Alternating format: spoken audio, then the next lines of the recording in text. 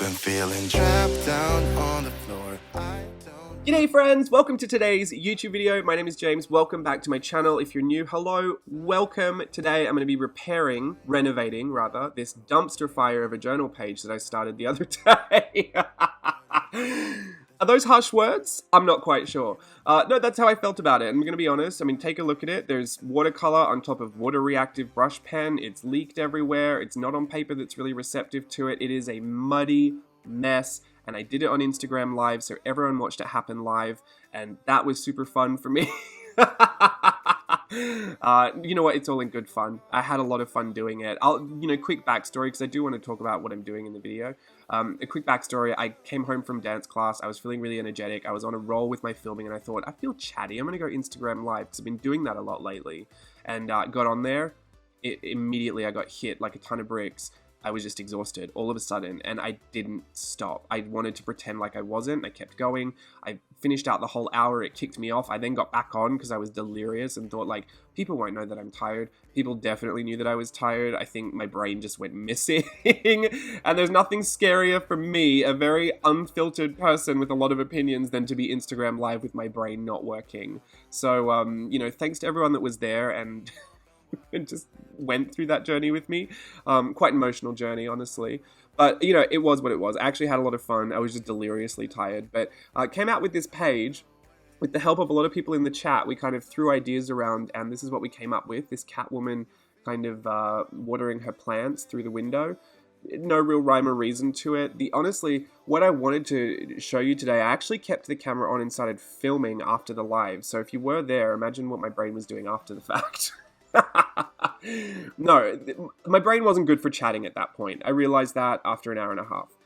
But I still really wanted to play, even though it was super late at night. I really wanted to play. So I kept the camera on because these pages that don't really meet your expectations, or the ones that kind of escape you, or, they're not totally worth ripping out of your book. Maybe there's a good idea or two in there. These pages are perfect opportunities for you to practice mixed media. And I'll tell you why in a second, or I'll tell you why right now. Usually when you are, creating something, if you're journaling or you're doing a little art piece or whatever you're doing, if it's going well, you're actually not that tempted to experiment because you're in a place where you're feeling confident and you feel like you want to do the things you know how to do to make it work. Which kind of takes you away from that experimental place. Now, a lot of the time, if you also tell yourself, oh, well, I'm going to sit down and experiment today, I find that can be a little boring, honestly. I like to experiment by way of accidentally playing. You know what I mean? Like, I'm inspired or motivated to try something. It's a little more intuitive. It's a little more natural of a process rather than sitting down saying, today I'm going to figure out what works with what. And do swatches over swatches. That just seems too clinical for me. I don't respond well to that. So, pages like this that don't meet your expectations, but, look a hot mess, you can 1000% use these as an opportunity to practice mixed media. And the reason I say that is because a lot of the times maybe they've fallen apart because you've used things in a way that didn't work well together. Like I used a brush pen that I didn't realize was water reactive, but when I did, I thought, oh, I'll pull out the ink. The ink looks pretty. But then I added watercolor to it, and everything became a muddy, muddy mess. And, not that that's the end of the world. Maybe there's sometimes I would want that, but I didn't want that this time. I wanted it to look more interesting. It all looked very flat, very one-dimensional. Like there was one note. It just wasn't interesting to look at. It just kind of looked messy and unfinished, unresolved. So for me, this is suddenly a prime opportunity to practice my mixed media. And I love to do this all the time. I like to renovate pages because they're much more interesting to look at, even if I've reworked them. I don't want to keep pages in there that I don't love to flip through. Sometimes I will, but a lot of the times I'm tempted just to paint over them or start again. And pages like this that are, I've set up some groundwork for myself. There's an image there, there's an illustration, there's even some color.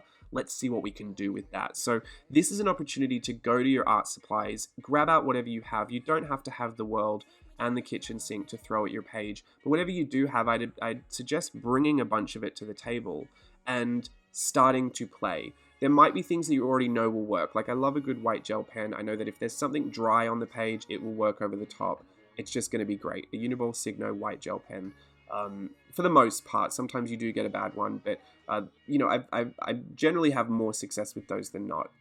Paint pens are fantastic for using in mixed media, because it doesn't matter what stage you're at, they will always go over the top of something, and they're opaque. So generally, you can start correcting a lot of what you've done if you've gone out of the lines or you want to reshape something. A good Posca paint pen, it's matte, so you can work on top of it again once it's dry.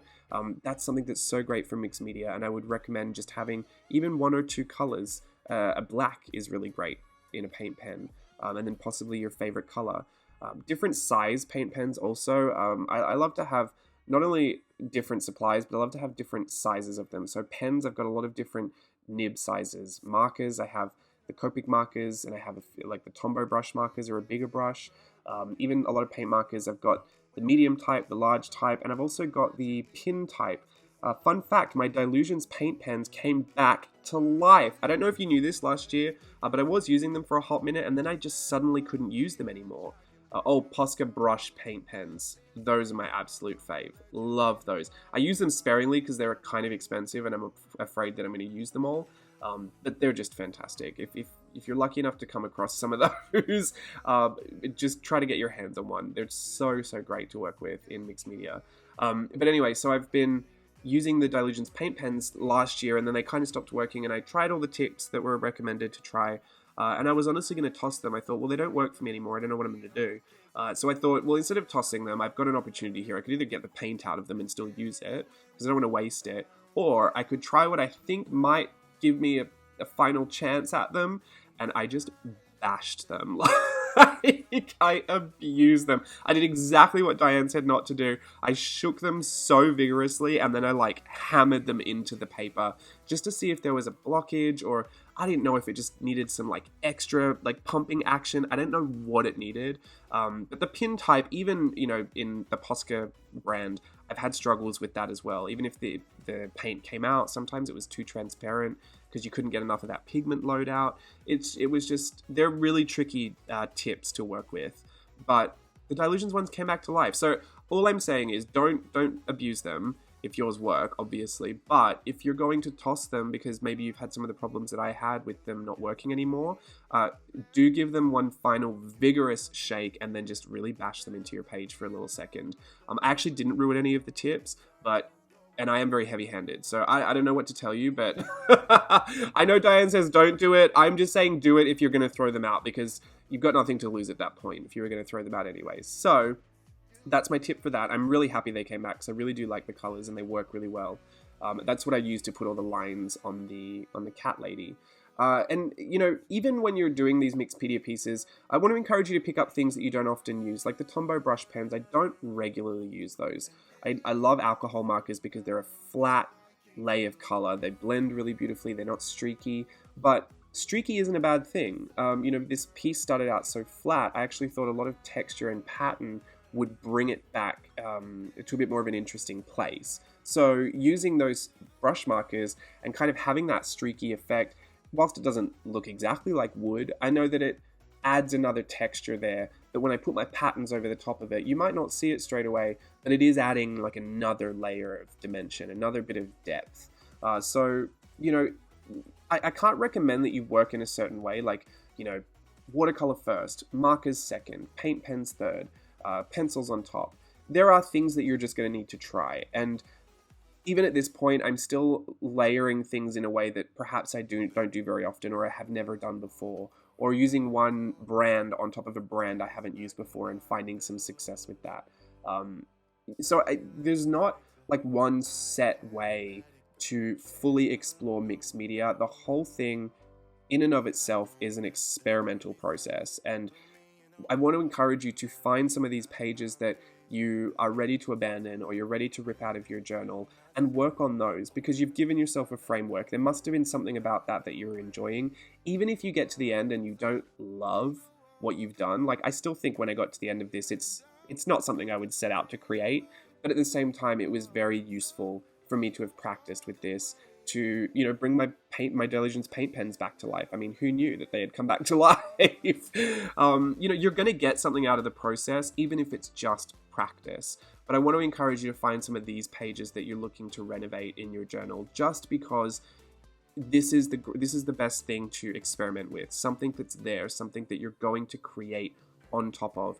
You don't want to set yourself up for, a labor-intensive swatch fest if that's not going to float your boat, which it doesn't for me. If that works for you, then disregard everything I've said. But I do know that a lot of people think, well, I'm willing to experiment, but I just don't get around to it, or I just don't do it. And I believe that's because some people think there's a certain way to do it.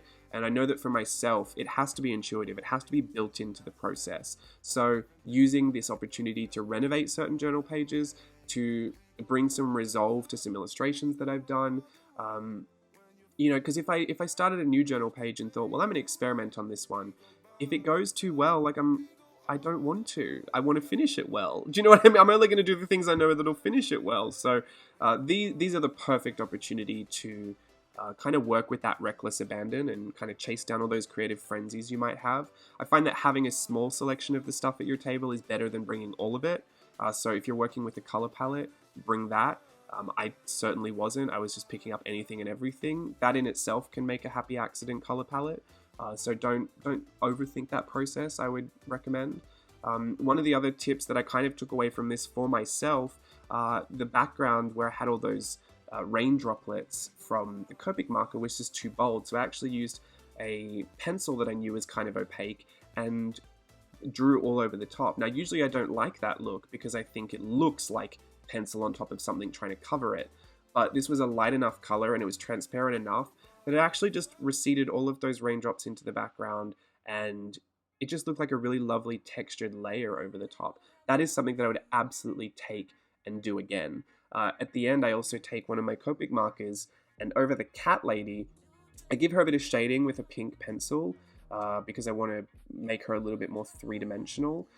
I also think one of the tips for making something three-dimensional, you don't have to put the shadows and the highlights on. If you just put the shadows on well enough, sometimes the highlights will just stay there. Oh, someone's messaging me. Oh, Steve, would you rather Dave & Buster's or bowling? It's my birthday next week. I think we're actually going trampolining, but I prefer Dave & Buster's. Or both. Why can't I do all of it? I'm going to tell him I want to do all of it. I love Dave & Buster's. It's a problem. It's not really. I mean, there could be worse problems. But yeah, so if you're doing some of your shading, this would be a great time to practice that as well. If you've drawn a particular character that you work on, or you're just drawing people, or you like drawing faces, these are also the times to start practicing some of those ideas that you have that you think you will practice and get around to. You're gonna have to tell yourself to do it. Here's what I'm saying about if you put the shadows on, you can create the dimension. I'm not putting any highlights on. I'm just shadowing it in a way that if I put these shadows on and leave some negative space where it's lighter, it will start to look more three-dimensional. Like I'm just shading the outside edge of this tail. And can you see how it starts to look more three-dimensional?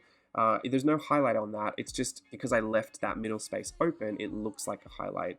And this is the other thing that I'll take from today. I actually rarely use Copic marker over pencils. I think most people that use Copic markers would say, use the marker first and then use pencil over the top. Because if you start to work a Copic marker into anything that might pick up off the page, like if there's loose watercolor, if there's like loose pigment from the pencil, any of that waxy residue, ooh, sorry, just went through puberty. I don't know if you heard that. It sounded bad to me. If you go over the top of that with your marker, you're maybe likely to ruin that nib.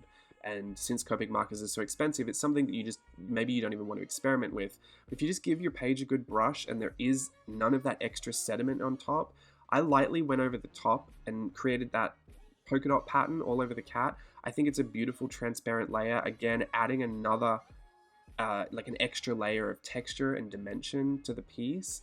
It's suddenly gone from very flat and lifeless and muddy to something a little more interesting to look at. I'm not going to say it looks great, but it's definitely interesting to look at for me. And now I can appreciate it in a way that every time I flip through it, I'll be like, well, there are a few of those ideas I tried, and I'm going to try those again. So all I want you to take away from this video is that if you are thinking about mixed media, you've got a lot of supplies, maybe you feel guilty because you don't use them all, or you're just thinking, why aren't I as experimental as I see other people being? You've really got to give yourself the opportunity to do it. And I think one of the best ways to do it is to take something that you're not particularly enamored with and throw it all on there and experiment that way. So thanks for watching. I'll see you again soon, and bye.